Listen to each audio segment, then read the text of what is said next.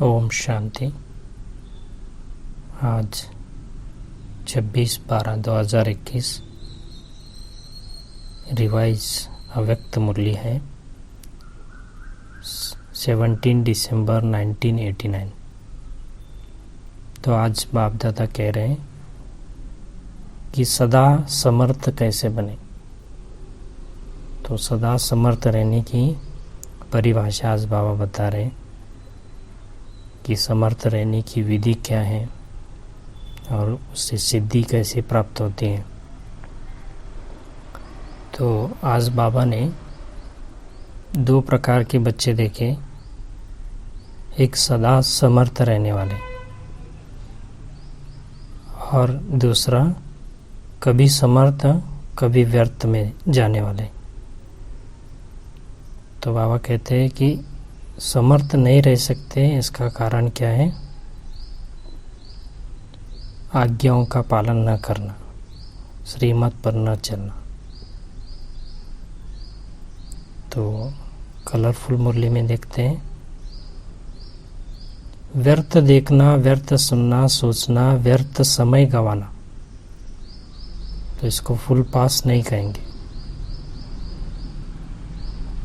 तो वहाँ कहते देखना, सुनना, सोचना और समय को गंवाना। व्यर्थ कहाँ जा रहा है, उसके बाबा कहते कि दिनचर्या को सेट करो अपनी। जैसे कि VIPs होते हैं, वो क्या करते, दिनचर्या को सेट करते हैं। तो आप तो VVIP हो, मना विश्व को परिवर्तन करने वाले निमित्त आत्माएं हो। तो बाबा कहते हैं कि स्थूल दिनचर्या तो सेट करते हैं, लेकिन मन बुद्धि की दिनचर्या को सेट करना है। तो दिनचर्या को सेट करेंगे तो कभी अपसेट नहीं होंगे। तो बाबा कहते हैं कि आप विश्व परिवर्तन करने वाले हो, यह नशा है। व्यर्थ आकर्षण न होने के लिए मन बुद्धि दिनचर्या में सेट करो। मनसा वाचा कर्मणा को श्रीमत पर चलाना। तो जो श्रीमत पर चलाते हैं, जो आज्ञाओं के ऊपर चलते हैं, जो बाबा के फुट स्टेप पर चलते हैं, कदम के ऊपर कदम रखकर चलते हैं, तो वह समर्थ बन जाते हैं।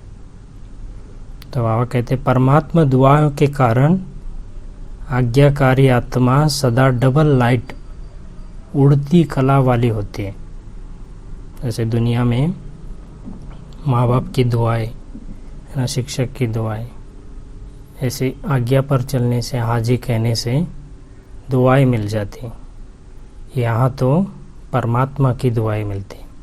उस दुआएं से हम डबल लाइट उड़ती कला का अनुभव करते हैं। तो बाबा कहते हैं आज्ञाकारी आत्मा वर्षा, वरदान और दुआएं सब प्राप्त कर लेती है ना, बाबा की आज्ञाओं पर चलने वाले। तो बाबा की आज्ञा क्या है? अमृत वेले से उठने से लेकर रात सोने तक श्रीमत मिली हुई, आज्ञा मिली है, उसके अकॉर्डिंग चलना और अपने मन बुद्धि को है ना सेट करके समर्थ बनना। तो समर्थ न बनने का कारण कहाँ ना कहाँ अवज्ञा करते हैं, छोटी छोटी है ना बाबा की श्रीमत को तोड़ देते हैं।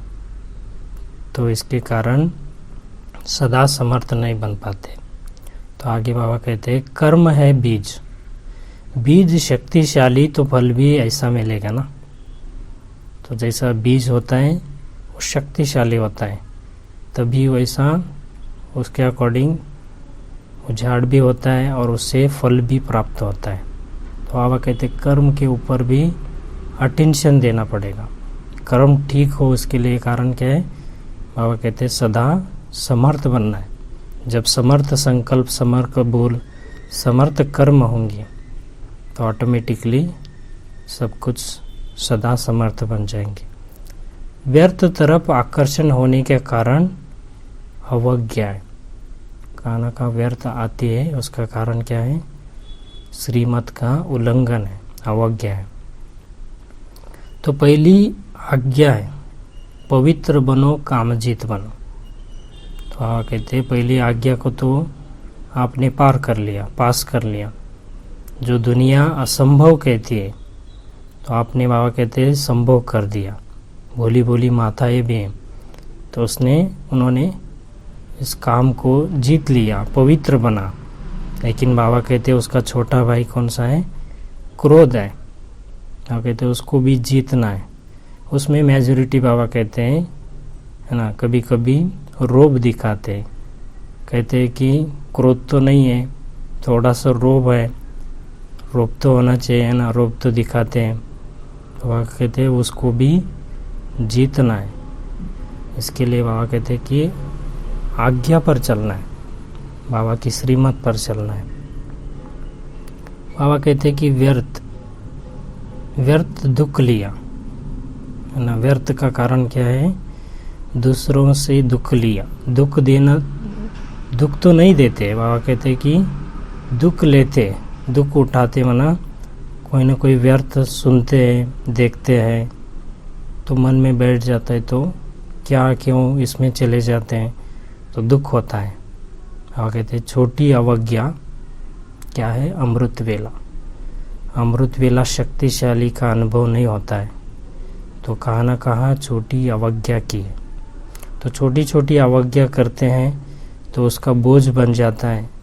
तो अमृत वेला उठते हैं तो कभी स्वीट साइलेंस में जाते हैं, तो कभी निद्रा साइलेंस में जाते हैं। तो बाबा कहते हैं उसका फोटो भी बाबा है ना रिकॉर्डिंग टीवी में दिखा सकते हैं कि देखेंगे तो हंसी आ जाएगी। तो इसलिए बाबा कहते हैं कि छोटी अवज्ञाओं को भी देखना है, चेक करना है, कहाँ ना कहाँ श्रीमत का उल्लंघन हो रहा है, उस लीकेज को ख़त्म करना है।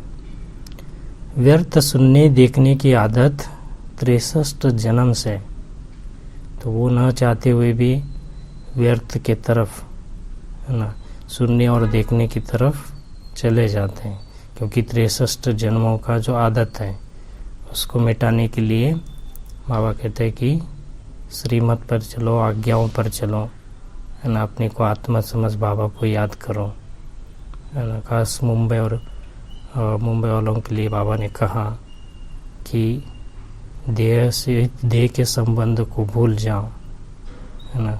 तो सबसे बड़ा बंधन देह है, उसके बाद संबंधी है। तो देह को जब भूलेंगे तभी उस हल्केपन का महसूस कर सकेंगे, अनुभव कर सकेंगे। तो बाबा कहते हैं कि स्लोगन याद रखो। आज दिन भर में बाबा कहते हैं स्लोगन याद रखो कि न व्यर्थ सोचो, न व्यर्थ देखो, न व्यर्थ सुनो, न व्यर्थ बोलो, न व्यर्थ कर्म में समय गवाओ, तो सदा समर्थ आत्मा। न व्यर्थ देखना है, न सोचना है, न सुनना है, न बोलना है, न कर्म करना है, न समय गंवाना है, तो समर्थ बनकर रहना है। पूरा दिनचर्या में आप स्वयं को चेक करना है कि कहाँ लीकेज तो नहीं व्यर्थ का, तो कहाँ अवज्ञा तो नहीं हुई, कहाँ श्रीमत का उल्लंघन तो नहीं हुआ है। इसको चेक कर क्या करना है? ठीक कर सदा समर्थ बनना है। वरदान है स्थूल और सूक्ष्म दोनों रीति से स्वयं को बिजी रखने वाले मायाजीत विजयी भव।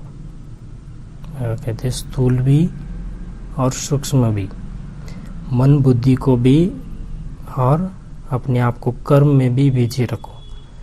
तो दोनों तरफ से बिजी रखेंगे तो मायाजीत विजयी बन जाएंगे। स्लोगन है निश्चय और फलक से कहो बाबा मेरे साथ है तो माया समीप नहीं आ सकती। तो निश्चय और फलक से कहना है कि बाबा मेरे साथ है तो माया समीप आ नहीं सकती। अच्छा, ओम शांति।